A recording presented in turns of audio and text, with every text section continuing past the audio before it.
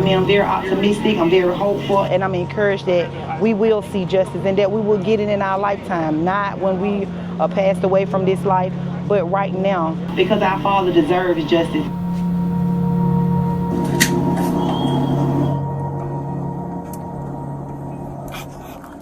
104 coming up 26. Thank you, bro. 1104, not 26. Eastbound to Hamilton, home. I had the green light. All right, I did find you at fault. I suggest you sign the ticket. You sign the ticket. I'm not guilty. Sign the ticket!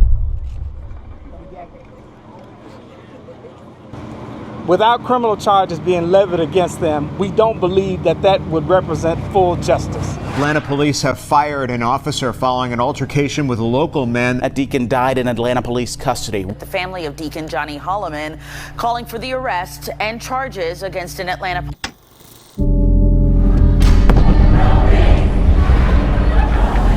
Black Lives Matter emerged as both a rallying cry and a movement for the African American community, born from the struggle against police brutality and their quest for justice. At one time, many believed this fight was one their ancestors had already faced and won. However, due to many unfortunate events, they are reminded of Coretta Scott King's powerful words: "The struggle is a never-ending process. Freedom is never really won. You earn it and win it in every generation." Since then, the African American community have continued to fight for freedom, justice, and their rights. The right to walk in our neighborhood and get a midnight snack. The right to a routine traffic stop without the fear of losing your life. The right to walk home safely from a convenience store. The right to safety in one's own home. The right to make a mistake while driving from work. The right to play in the park. Over the years, the list of those lost has grown longer than we can count. Some are known by name, others by face, and a few by their story. What is particularly shameful are the names we don't know. Those who never made the news, who didn't break the internet, or who didn't receive a hashtag. What about them? What about the fathers, the mothers, the community leaders? These are questions we continue to ask ourselves as we mourn those we have lost. In Atlanta, proudly known as the Black Mecca, some ask these same questions. They specifically want to know, what about the deacon? This was a calculated, perpetrated murder of a man who just wouldn't do what you said. Now, put your arms behind your back. Put your arms behind your back. Deacon Johnny Hollman, for me, is any and every man or woman that calls the police and waits for them after a collision. I mean, it's so basic, so fundamental, so what we would think routine, and yet he lost his life. I didn't know he was killed by police until I was actually at the balloon release. And I didn't help set up and put candles out and all this stuff. And man, I just kind of got filled with rage. And in fact, I mean, from the standpoint, I saw a 62-year-old man who simply was seeking help because somebody had hit his car. And Deacon Hollman was very clear. He called the police just to get probably what would have been maybe a ticket issued to the other person, right? But when you begin to peel back the layers of this, you saw the same thing we often see, the over-policing in our community. A young 23-year-old officer who had absolutely no respect for his personhood, no respect for him as an elder in the community. The accident already happened, so why are we arguing about it? You can go in your car, actually. You can go in your car. You can go in your car. The officer came to the scene on 10, and it only accelerated from there. And so it was when you think about Deacon Hollman and ask yourself, why is this elder from our community dead? There's just no good answers that come back. other than an out of control police officer. Today, we heard from his daughter, who says he was the one who actually called police for help, only to die not long after.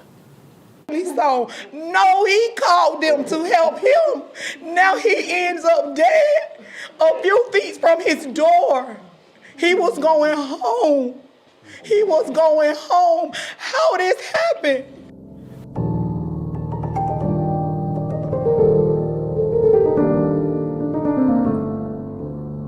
We had already talked about this. If ever we encountered police, and it wasn't going in the right direction, it was going left, and we started to feel some type of way or fear for our lives, we would get another family member or somebody on the phone, just so they can listen in to hear what's going on. And that's what he did. I suggest you sign the ticket.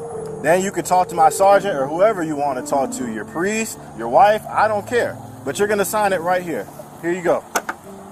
And as the phone call progressed, I could hear the officer being irate. I could hear the officer, hollering and screaming, cursing. My dad, and I could hear daddy like, I'm at, telling him he asking for a sergeant. I could hear my dad, saying, you really gonna do an old man like me like this? And in time, I'm still hollering in the phone, and I could still hear him saying, I can't breathe, I can't breathe. And as he kept saying it, the longer the phone call went, I could hear my daddy calling for Jesus, Jesus, Jesus, until I couldn't hear him anymore. And right before I couldn't hear him anymore, it just like went completely silent to the point I could only hear radios.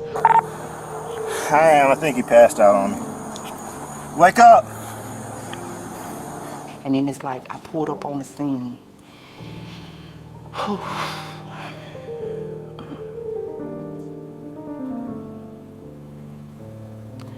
Like, that phone call was the worst phone call I've ever got. Officer, I heard my daddy. He said, I can't believe it, man. I got to record it. Y'all got my daddy I got it. on the ground I got it. like this. Don't do it. No, Y'all got my daddy on the ground like this. I got to record this. I got to record this. Okay, my name is Ryan Felton, and Johnny Hollman Sr. is my grandfather. He really is like a nice man, really. Like, because I already seen the video, how they made him look. So I want to tell, like, the world that he's actually loving and caring. He's a gentleman. When we met with the family, their primary interest had nothing to do with bringing a civil lawsuit. Their primary interest was to clear their father's name. Immediately after his death, the city of Atlanta put out a formal written statement where they accused Deacon Hollman of being combative and resisting and painted him as the architect of his own death. But his family members knew that was not the case. Him always saying, hey, girlfriend. And every time I talk with my dad, I used to love his smile. He gave you this beautiful smile. That covering the smile, that much like real big, but he would try and he gave it all. He was daddy, but not just daddy. Like, that was my best friend. Like, my whole life, that's what I've known. And it wasn't just like he was a dad or granddad or a deacon. He was my best friend. Like, we did everything together, went a lot of places together. We even went to the same doctor together. Like, but my daddy, he was a courageous man, but he was a God-fearing man, and he loved people. Oh, yes, he was very confluenced with young people. He used to always want young people to do right by taking care of their mom and daddies and stuff, and always be respectful. He often talked with children about the path that they should go because he had an interest in children being the best that they could be. He was a loving man. He taught me to, like, fight for what I wanted, basically, and don't just be doing everything. Think myself through stuff. Yeah, Christine, happy Thursday to you. The family told me they have no plans at all to sit back until they feel justice is served. Their attention right now is toward the district attorney, Fonnie Willis, for her to press charges and to arrest that 23-year-old officer who fired the taser, but also the tow truck driver who they say assisted in murdering their 62-year-old father. It appears CPR was never performed. You might remember just this week, the Atlanta City Council passed a resolution urging Atlanta police to release that body cam video. It's something Hollman's family has been pushing for since his death. My uncle's character, very outgoing person, very outspoken, very fun to be around, but also loved his family. Yeah, when I watched the video, I felt like I was yet again not safe in my own city. Not safe in the Black Mecca, not safe in Dr. King's city, not safe in John Lewis's city. That just refusing to sign a traffic violation can lead to my death or the death of another black man that I see at the barbershop, that I see at the grocery store. And I also was aggravated by that because I'm like, I don't get to see that many old black men in my community as it is. He did a lot for the community. He did a lot for people in general. Friends, family, get it by. He's like, he told us, he tell me this story. He said, Carlos, I was the bad boy out of the siblings. And he said, my mom would stay on my case all the time. He said, but when she got older, he said, I made a promise to her. So my promise to her was, I was gonna do right. And she said, baby, you're gonna have to take on the family. He tells this story often. He said, Carlos, I made a promise to her on a deathbed that I would actually make sure that the family was good, and I was gonna get my life right, and I was gonna just do things the correct way. In my mind, he couldn't do anything wrong. He was just a loving person. He loved his church. He loved people. Damn sorry it didn't happen to you.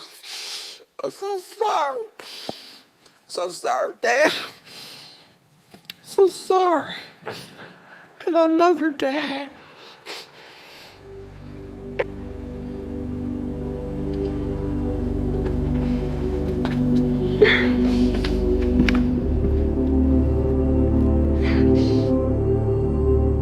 When I went to the courthouse to even look at the video, I couldn't look at all of it. I had to get up, I left out. To hear my uncle pleading and hear my uncle saying that he couldn't breathe, to hear my uncle call on Jesus so many times, to see him being hit, it did something to me, because at that point I was thinking I should have been there for somebody that's always there when you need them. When you need them at a time, and then when that happened to him and I wasn't there at a time that he really needed me, I felt it was messed up. But a police officer who is a instrument of the state, whether it's state, local, county government, he carries a gun and a badge and a device like a taser. He don't get a chance to make a mistake.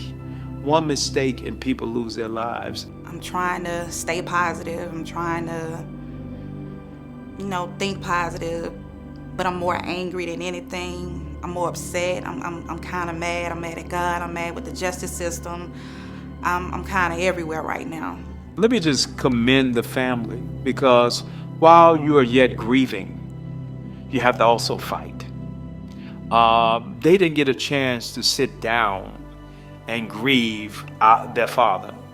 I haven't been coping. We haven't been. None of my siblings, I feel, been coping. We just dealing. It have took me I really miss him a whole lot. I miss the phone calls.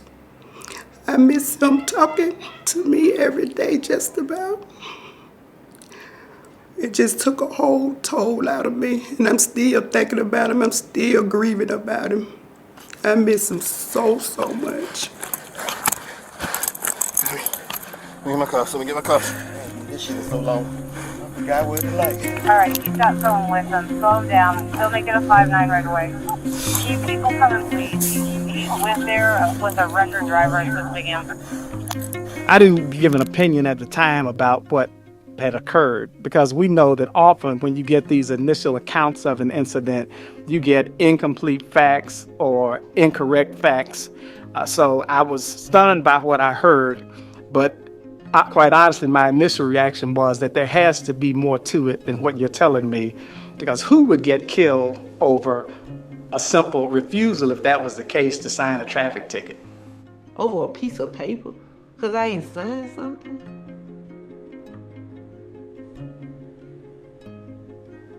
Do you know the damage that has caused my family?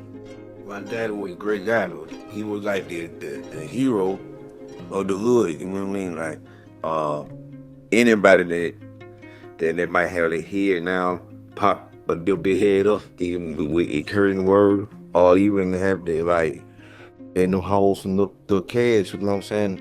We get them something from the store or something to eat, you know. I want them to have that.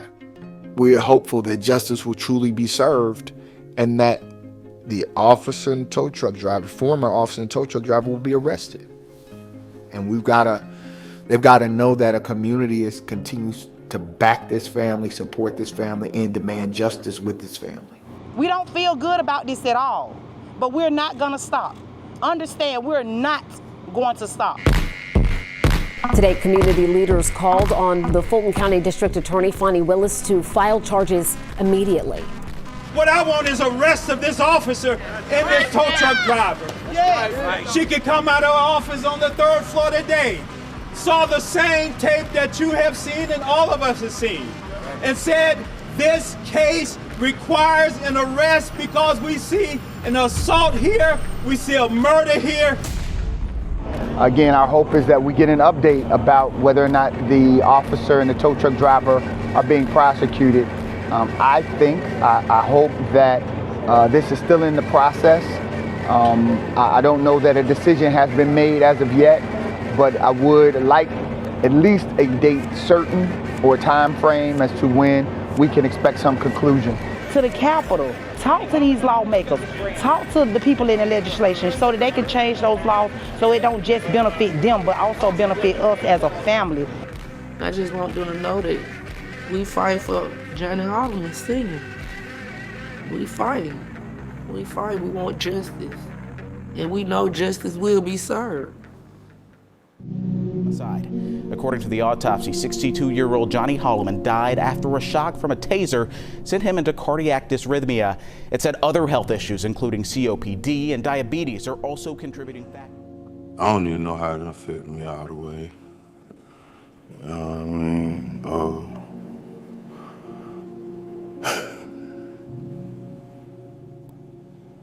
He was the only person that I was with every day. So now it's not like that no more. You know what I mean? So I don't have those same feelings of want to be around people as much. I don't really be caring too like that no more. I don't even really be want to talk about a lot of stuff like that no more, cause he'll talk all day. You know what I'm saying? I'm willing to listen to him. He's definitely disagreeing with the ticket, but he wasn't a threat. He was an honor, you know. And then to have that done by a young black officer. So the whole incident to me was it just showed kind of, I would say, a lack of compassion and a lack of how policing, I believe, treat our community. We have to take that fight to the city council chamber, so be it. We have to go to these elected official houses. I tell people I don't take nothing off the table. Hell, some of these elected officials came to my house knocking on my door asking me to support them and vote for them. They have no problem doing that. And so why, when they're derelict in their job, you don't want me to come to your house knocking on your door? I believe we have to fight till hell freeze over, then fight on the ice. Because what is at stake is the very lives of our people. And we should not have to remind black elected officials that they have a responsibility not to be the modern day Bull Connors. not to be the modern day Jim Clarks, not to be the modern day colonizer and overseers. Just because you are your skin folks don't mean you're our kin folks. On behalf of me and my family, we want to thank all of y'all for continuing to support us, for coming out, for being with us, for rallying around us. The meeting that we had today with DA Fonnie Willis, me personally, I'm optimistic and I'm hopeful. I've prayed about it. I've talked to God about it. I know charges are going to be brought. I know we're going to see justice. That's my main focus.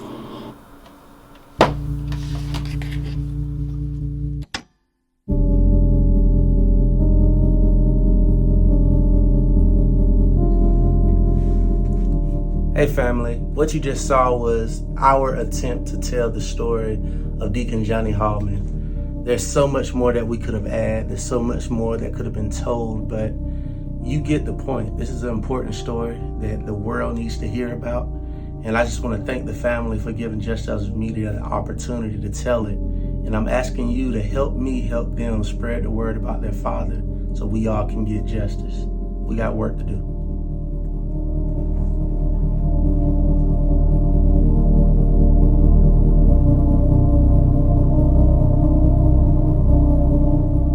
I would encourage people to look at something that's called the Force Report that gives statistics on police murder and uses of force by police departments.